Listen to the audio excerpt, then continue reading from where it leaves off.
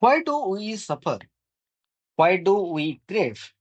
Why does life feel heavy, even when everything seems fine? Why do we cling to people, objects, ideas only to lose them? Every human being faces this struggle across cultures, across time, across continents. Buddha asked the same question and discovered something profound.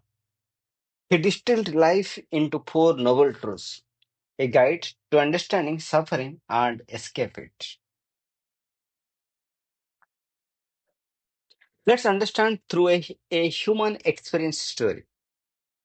A man loses his job, a woman loses a loved one, a child loses a home. Pain arises, fear follows, attachment intensifies.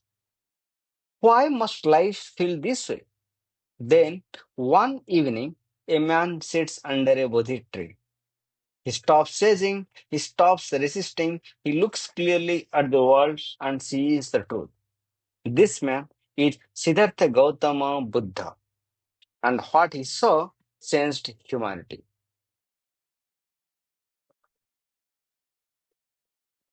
Buddha taught dukkha, the truth of suffering.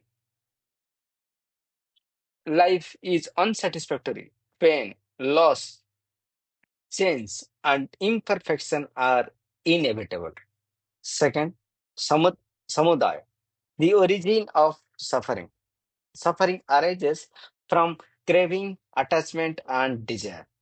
We suffer because we cling to impermanent things. Third, nirodha, the cessation of suffering. Freedom is possible. Suffering can end when attachment ends. Fourth, maga, the path to liberation. The eightfold path guided us right understanding, right thought, right speech, right action, right livelihood, right effort, right mindfulness, right concentration. Buddha's insight was simple yet radical. Suffering is not punishment, it is observation, it is opportunity, it is path to awakening.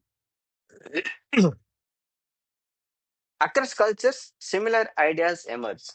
Taoism teaches balance and non attachment.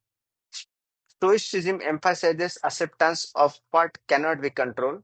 Christianity invites letting go of sin and ego.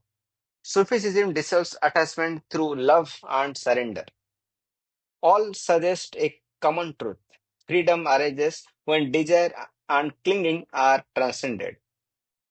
Today, suffering takes new forms stress, anxiety, social comparison, digital overload. Craving is amplified by endless choice. Attachment is reinforced by virtual connections. Yet, Buddha's four noble truths remain irre- yet Buddha's four noble truths remain relevant. Observe suffering, understand its cause, realize its cessation is possible, follow a path of awareness. In modern life, mindfulness, meditation, and conscious living are practical tools. Buddha's wisdom is a map, not a religion. Perhaps suffering is not an enemy. Perhaps it is a teacher, a mirror reflecting our attachments, a guide showing the way to liberation. So the question may not be why do I suffer, but am I willing to see clearly and let go?